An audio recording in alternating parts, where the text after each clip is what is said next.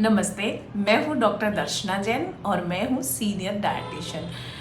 मैं आयुर्वेदा और modern dietetics को जोड़ करके काम करती हूँ।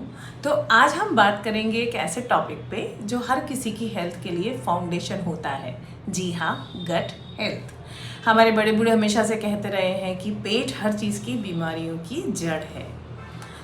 अगर आपको गैस, ब्लोटिंग, कॉन्स्टिपेशन, फटीग ऐसा कुछ हो रहा है या स्किन का प्रॉब्लम है, आपकी बॉडी में से ओडर आ रहा है यानी कि फाउल स्मेल आ रही है, या आपकी हार्मोनल इम्बैलेंस है, या आपके मूड स्विंग्स होते हैं, तो हो सकता है ये प्रॉब्लम आपके गट से शुरू हो रही हो यानी पेट से शुरू हो रही हो। बट सबसे पहले हम जानेंगे कि गट माइक्रोबायोम क्या है। आजकल बहुत होता है ना, प्रीबायोटिक खाओ, प्रोबायोटिक खाओ, तो क्यों खानी है? गट के माइक्रोबायोम को बढ़ाने के लिए। अब ये माइक्रोबायोम है क्या? हमारे पेट में ट्रिलियंस ऑफ बैक्टीरिया रहते हैं, हमेशा रहते हैं। That is a good bacteria, so that is called gut flora and fauna. Now इसको ही हम गट माइक्रोबायोम भी बोलते हैं, और ये एक पावर हाउस है जो डाइजेशन, इम्यूनिटी, मेटाबॉलिज्म और हमारे मूड तक को कंट्रोल करता है।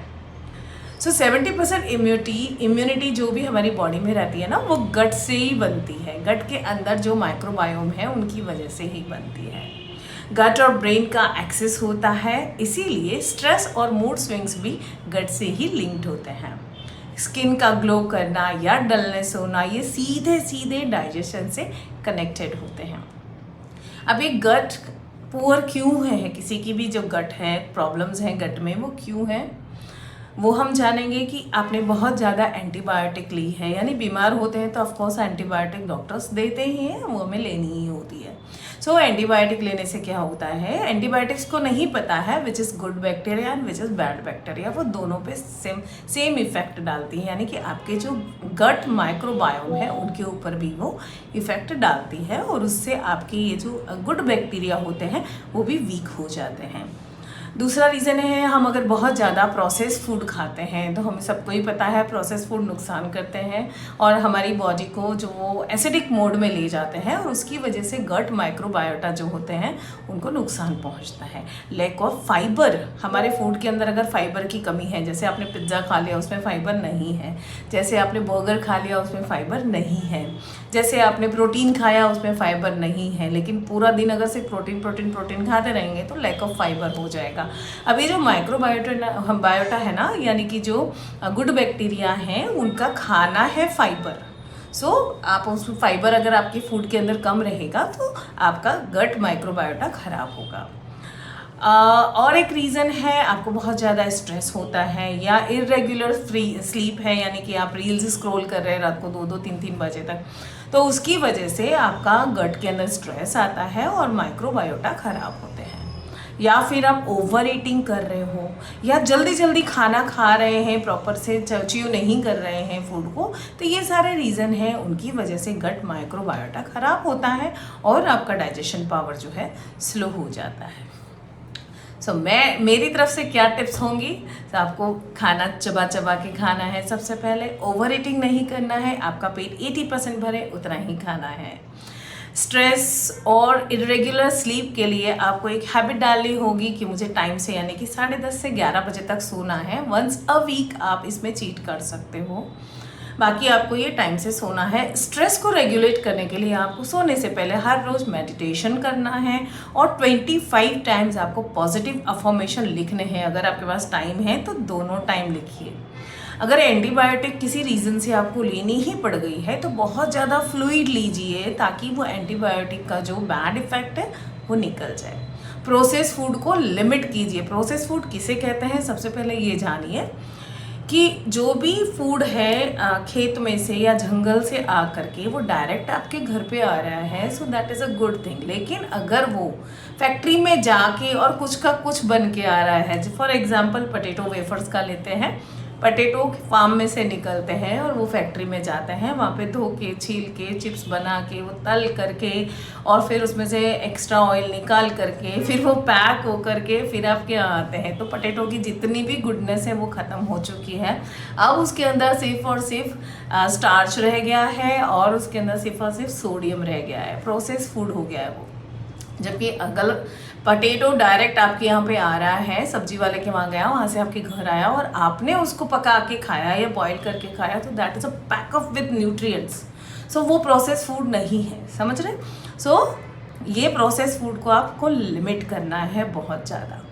अब करना क्या है, ये तो आपको क्या क्या किस तरह से आपको हैबिट में चेंजेस करना है। फूड के अंदर हम क्या ले सकते हैं, फूड में अगर आपका गट हेल्थ अच्छा नहीं है तो आप, अगर अच्छा है तो भी आप ये यूज़ करेंगे तो अच्छा रहेगा। सो प्रीबायोटिक क्या होता है, प्रीबायोटिक होता है जो फूड है आपके, जो गट माइक्रोबायोटा मैंने बताया उसका फूड, उसको हम प्रीबायोटिक बोलेंगे। और वो गट माइक्रोबायोटा खुद यानी कि गुड बैक्टीरिया, उनको हम प्रोबायोटिक बोलते हैं। सो प्रीबायोटिक क्या क्या है, यानी कि उन गुड बैक्टीरिया का खाना क्या क्या है, जैसे ऑनियन खाइए, गार्लिक खाइए, ओट्स लीजिए, बनाना लीजिए, plenty of fruits and vegetables बहुत सारे खाइए, ये सभी प्रीबायोटिक का काम करते हैं। होल व्हीट फ्लावर आप खाइए, मैदा की जगह होल व्हीट फ्लावर जो कि घर की बनी हुई रोटी आप खाइए। आप राइस, ब्राउन राइस भी ले सकते हैं, लेकिन मेक श्योर करिएगा ट्रू ब्राउन राइस हो, पॉलिश ब्राउन राइस ना हो।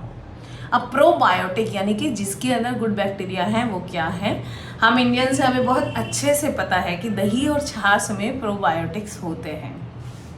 फर्मेंटेड फूड आप जो भी खाएंगे उसके अंदर प्रोबायोटिक होंगे, तो उसमें क्या क्या हो सकता है, इडली हो सकती है, डोसा हो सकता है, लोचा हो सकता है, हांडवा हो सकता है, और किफ़ीर भी आता है।